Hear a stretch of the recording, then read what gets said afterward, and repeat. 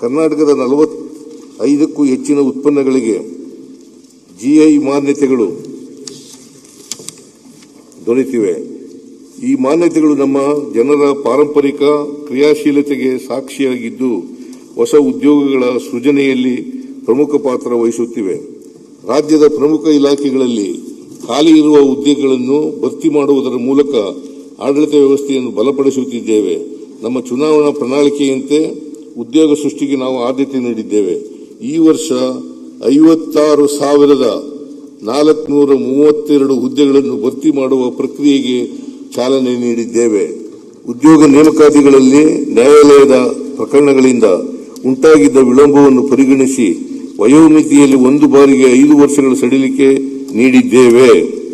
ಸರ್ಕಾರ ಹುದ್ದೆಗಳನ್ನು ಭರ್ತಿ ಮಾಡುವುದರ ಜೊತೆಯಲ್ಲಿ ರಾಜ್ಯದ ರಸ್ತೆ, ಸೇತುವೆ, ಕಟ್ಟಡಗಳ ನಿರ್ಮಾಣಕ್ಕೂ ನಮ್ಮ ಸರ್ಕಾರ ಆದ್ಯತೆ ನೀಡುತ್ತಿದೆ. ಇಲಾಖಾವಾರು ನೀಡುವ ಅನುದಾನಗಳನ್ನು ಹೊರತುಪಡಿಸಿ ಕಳೆದ ವರ್ಷ ರಸ್ತೆ ಮತ್ತು ಮೂಲಸೌಕರ್ಯ ಅಭಿವೃದ್ಧಿಗಾಗಿ ಮುಖ್ಯಮಂತ್ರಿ ಮೂಲಸೌಕರ್ಯ ಅಭಿವೃದ್ಧಿ ಕಾರ್ಯಕ್ರಮವನ್ನು ಜಾರಿಗೊಳಿಸಿ 8,600 ಕೋಟಿ ರೂಗಳ ಕಾಮಗಾರಿಗಳನ್ನು ತೆಗೆದುಕೊಳ್ಳಲಾಗಿದೆ. ಇದರ ಎರಡನೇ ಹಂತವಾಗಿ 26-27ನೇ ಸಾಲಿನಲ್ಲಿ 4,000 ಕೋಟಿ ಮೊತ್ತದ ಕಾಮಗಾರಿಗಳನ್ನು ಕೈಗೆತ್ತಿಕೊಳ್ಳಲಾಗುವುದು.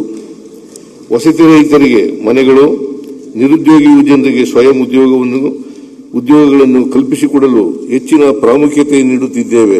ಹವಾಮಾನ ಬದಲಾವಣೆಯಿಂದ ಉಂಟಾಗುತ್ತಿರುವ ತಲ್ಲಣಗಳನ್ನು ನಿಭಾಯಿಸಲು ಸೂಕ್ತ ಕಾರ್ಯತಂತ್ರಗಳನ್ನು ರೂಪಿಸುತ್ತಿದ್ದೇವೆ. ಪ್ರಾದೇಶಿಕ ಅಸಮತೋಲನ ನಿವಾರಣೆಗೆ ಮತ್ತಷ್ಟು ಹೆಚ್ಚಿನ ಆದ್ಯತೆ ನೀಡುತ್ತಿದ್ದೇವೆ. ಪ್ರೊಫೆಸರ್ ಎಂ ಗೋವಿಂದರಾವ್ ಸಮಿತಿಯ ಶಿಫಾರಸುಗಳಿಗೆ ತಾತ್ವಿಕ ಅನುಮೋದನೆ ನೀಡಲಾಗಿದೆ. ರಾಜ್ಯ ನೀತಿ ಮತ್ತು ಯೋಜನಾ ಆಯೋಗ, 5ನೇ ಹಣಕಾಸು ಆಯೋಗ, ಆಡಳಿತ ಸುಧಾರಣಾ ಆಯೋಗಗಳ ಶಿಫಾರಸುಗಳನ್ನು ಪರಿಶೀಲಿಸಿ ಅನುಷ್ಠಾನಗೊಳಿಸಲು ಬದ್ಧರಾಗಿದ್ದೇವೆ. ಕರ್ನಾಟಕ ಮಾಹಿತಿ ಮತ್ತು ಜೈವಿಕ ತಂತ್ರಜ್ಞಾನ, ಸ್ಟಾರ್ಟ್ಅಪ್, ಎಲೆಕ್ಟ್ರಾನಿಕ್ಸ್, ಏರೋಸ್ಪೇಸ್ ಕ್ಷೇತ್ರಗಳಲ್ಲಿನ ಸಾಧನೆಗಳ ಜಾಗತಿಕ ಹೂಡಿಕೆ ಮತ್ತು ಪ್ರತಿಭೆಗಳನ್ನು ಸೆಳೆಯುತ್ತಿವೆ. ಬಿಯಾಂಡ್ ಬೆಂಗಳೂರು ಪರಿಕಲ್ಪನೆಯ ಹೆಚ್ಚಿನ ಬಂಡವಾಳವನ್ನು ಆಕರ್ಷಿಸುತ್ತಿದೆ. ರಾಜ್ಯವು ರೂಪಿಸಿರುವ ಹೊಸ ಕೈಗಾರಿಕಾ ನೀತಿಯಿಂದ ಹಂತ 2, ಹಂತ 3 ನಗರಗಳಲ್ಲಿಯೂ ಅಭಿವೃದ್ಧಿ ಸಾಧ್ಯವಾಗಲಿದೆ. ರಾಜ್ಯದ ಸರ್ವಾಂಗೀಣ ಅಭಿವೃದ್ಧಿಗೆ ನಮ್ಮ ಸರ್ಕಾರವು ಶಕ್ತಿ ಮೀರಿ ಪ್ರಯತ್ನಿಸುತ್ತಿದ್ದರೂ ಕೇಂದ್ರ ಸರ್ಕಾರವು ಒಕ್ಕೂಟ ತತ್ವದ ಸಾಂವಿಧಾನಿಕ ನಿಯಮಗಳನ್ನು ಪಾಲಿಸದೆ ರಾಜ್ಯಕ್ಕೆ ನಿರಂತರ ಅನ್ಯಾಯವೆಸಗುತ್ತಿದೆ.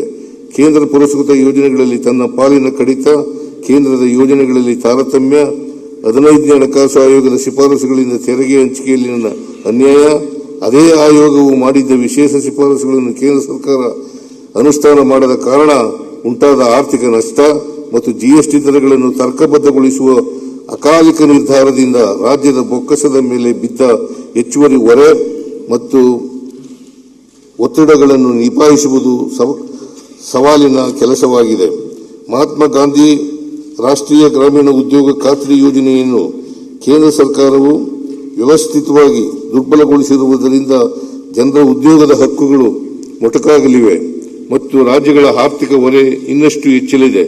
ಈ ಕಾರಣಗಳಿಂದ ರಾಜ್ಯದ ಹಿತಾಸಕ್ತಿಗಾಗಿ ಪಕ್ಷಾತೀತವಾಗಿ ಎಲ್ಲರೂ ಒಗ್ಗೂಡಿ ಕೇಂದ್ರ ಸರ್ಕಾರದ ಮೇಲೆ ಒತ್ತಡ ಹೇರಲೇಬೇಕಾಗಿದೆ.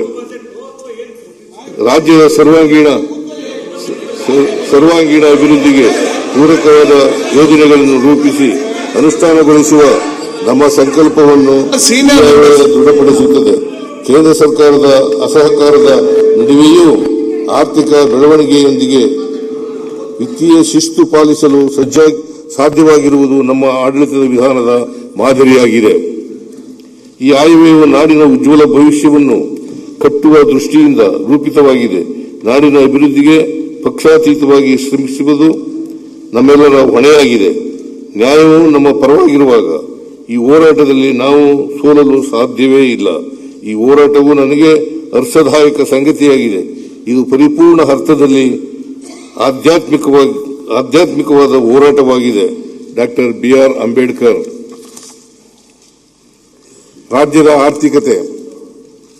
ರಾಜ್ಯದ ಜಿಎಸ್ಟಿಪಿಯು 2025-26ನೇ ಸಾಲಿನಲ್ಲಿ %8.1% ನೈಜ ಬೆಳವಣಿಗೆಯನ್ನು ದಾಖಲಿಸಿದ್ದು, ದೇಶದ ಜಿಡಿಪಿ ಬೆಳವಣಿಗೆ 7.4% ಗಿಂತ ಹೆಚ್ಚಿಗೆ ಇರುತ್ತದೆ. ಆರ್ಥಿಕತೆಯಲ್ಲಿನ ಈ ಸದೃಢ ಬೆಳವಣಿಗೆಯು ರಾಜ್ಯದ ಎಲ್ಲ ವಲಯಗಳ ಸಮಗ್ರ ಬೆಳವಣಿಗೆಯಿಂದ ಸಾಧ್ಯವಾಗಿದೆ. ಕ್ಷಣ ಕ್ಷಣದ ಸುದ್ದಿಗಳಿಗಾಗಿ ಫ್ರೀಡಂ ಟಿವಿ ಸಬ್ಸ್ಕ್ರೈಬ್ ಮಾಡಿ, ಲೈಕ್ ಮಾಡಿ ಹಾಗೂ ಫಾಲೋ ಮಾಡಿ. ಹೊಸ ಸುದ್ದಿಗಳ ನೋಟಿಫಿಕೇಶನ್ಗಾಗಿ ಬೆಲ್ ಐಕಾನ್ ಮೇಲೆ ಕ್ಲಿಕ್ ಮಾಡಿ.